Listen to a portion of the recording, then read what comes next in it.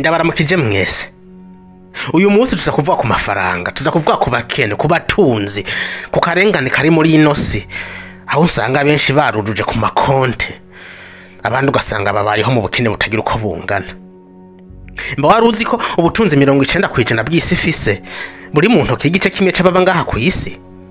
Ukuntu kuri ibice 90% basigaye bagabangana igice kimwe kwijana c'ubutunzi sifise. Ikinogo kiri hagati y'abatunzi n'abakene ni kinini cyane, kandi giteye ubwoba kiguma caguka. Abakene baguma bakena, abatunzi nabo bakaguma batunga. Ibi ni biharuro vya Oxfam sivyo nikuriye mu mutwe.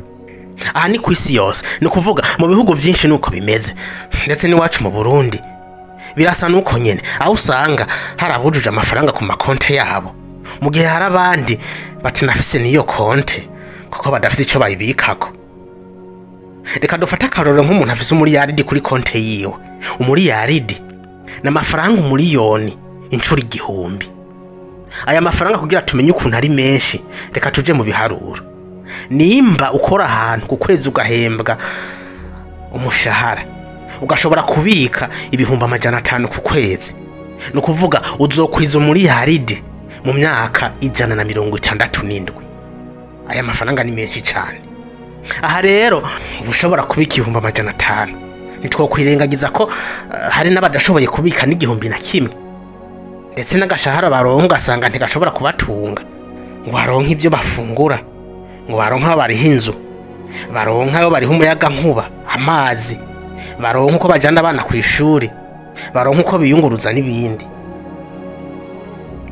Abenshi bisanga mu kinogo kubera agashahara gato bahembwa, ukwezi guhera twadufaranga twaraheze, bigatuma bahura mu madeni adashira. None kazoza kabo kazoba kahe mu gihe badashobora kuziganya? Haziganya uwagize icyo acagura. Ikibazo nyamukuru two kwibaza ni kuki hari abakene babayeho bahangayitse, bishitse umwana akagwara badashobora kuronka ico bikora ko vyihuse, mu gihe hari abandi ku makonti yabo bujuje amamiliyaridi n'amamiliyaridi. Ni kuki hari abatunzi n'abakene? Ni kuki hari abatunzi hakabaho n'abakene? Vyagenze gute ngo siyigaburemwo kubiri? Igice kimwe kigizwe n'abantu bake cyane cisangiye mu bukire burangwa no guterana amafaranga, kuba ahantu heza, kugendera mu mamodoka meza, abana babo bakiga mu mashure meza, ndetse muri make ugasanga baba mw'isi yabonyene itandukanye rimwe y'abakene, baba mu dukaritsiye tubi, atamabarabara hari, atamazi, bahora mu kizime kukubura umuyaga nkuba. Vyagenze gute ngo isi irenganye haba umuntu afise umuriyaridi kuri konte yiwe, mu gihe hari uwundi ariko ariyumvira no munsi caza kugaburira umuryango wiwe?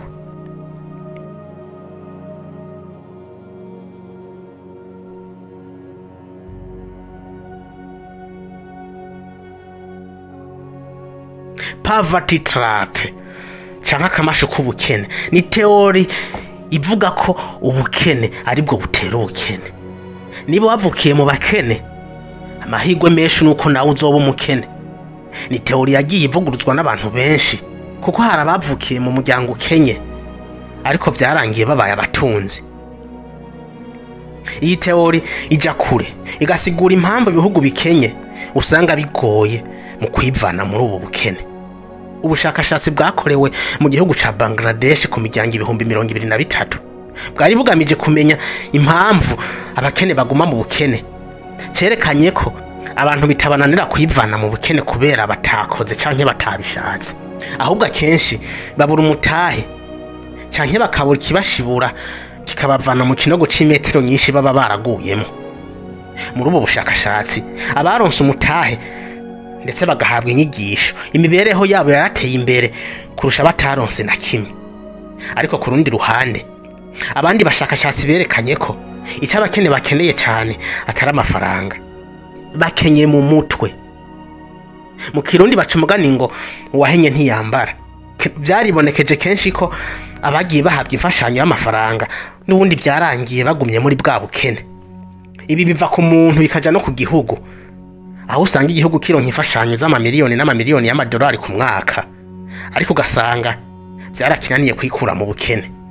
Umwanditsi Steve Seaboard mu gitabo ciwe yise How Rich People Think, ni gute abatunzi biyumvira, yerekanye ko itandukaniro ry'umukene n'umutunzi ritari cyane ku mafaranga, ahubwo riri mu mutwe nyabuna.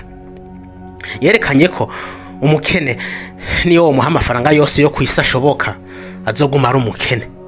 Yatanze akarorero ku kuntu abatomboje muri Rona canke Casino, 1xBet n'ibindi bisa navyo n'ubundi birangira ya mafaranga atagize icyabamarira, bakisanga mu bukene n'ubundi. Impamvu nyene nuko ari abakene, n'abakene mu mutwe apana mu mufuko, kuko ayo mafaranga bamaze kuyaronka ntibamenye icyo bayakoresha ngo bikunde bave muri bwa bukene. Kenshi usanga baca bagura ibintu bizimvye atakamaro bibamarira nyene kugira bikunde biyereke ko batunze, impressionner les autres. Steve avuga ko kugira uyu mukene akiri ubukene bwamuzingamitse ategerezwa kwiga uko abakire biyumvira, uko babayeho, imyitwarire, icyo bakoresha amafaranga yabo. Ibyo byose amaze kubyiga agaca bikoporora mu buzima bwiwe. Ariko ikibazo abakene bakunda kugira ngaha nuko bwa bukene bwabo bubatuma badashaka kwiga. Abenshi usanga nubwo baba bafise amadiplome, usanga bafise arrogance ibatuma badashobora kwiga uko amafaranga akora. Hari n'abafise amadiplome y'ama PhD ama masters muri economy, ibibwira ko bazi uko amafaranga akora, bavuga ati amafaranga turayazi. Rero bisanga muri wa mutego wa arrogance, bigatuma badashobora kwiga kuko bibwira ko bazi vyose. Abakire ku rundi ruhande bo baguma biga ku munsi kuko barazi ko ubumenyi ari ikigwanisho gikomeye muri ino si iguma ihindagurika. Umuturama rero no kwiga. Amashuri turayafise, ariko mvuga kwiga amafaranga uko akora. Twaraminuje, dufise amadiplome y'ikirenga, ariko muri twebwe benshi ntituzi amafaranga icarico, ntituzi nuko akora. Ico twigishijwe gusa no kuyakorera, tumaze kuyahembwa tukabura niyo yagiye. Ibi bidutuma niyo tuba duhembwa amamiliyoni n'amamiliyoni tuguma mu bukene, kuko tudafise ubumenyi kubijanye n'amafaranga.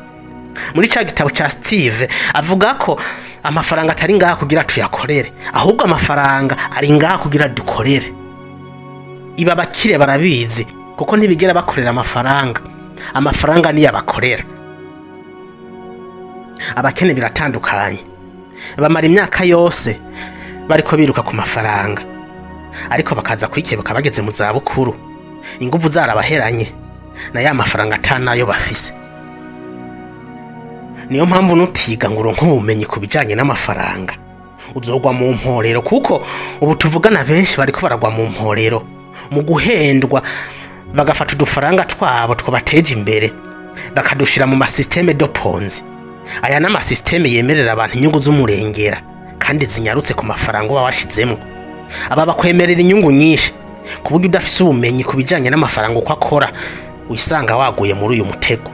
Bakubwira ngo zana ibihumbi 100 nkwereka aho uyashira, ngo mu minsi mike ngo uzoba ufise umuriyoni, ngo inyungu yibona mu masaha 28, ngo ushizemo ibihumbi 100 ngo bukeronka ibihumbi 200. Ibintu byinshi cyane bakwemerera byo kukuresha nyene kugira bakwibe.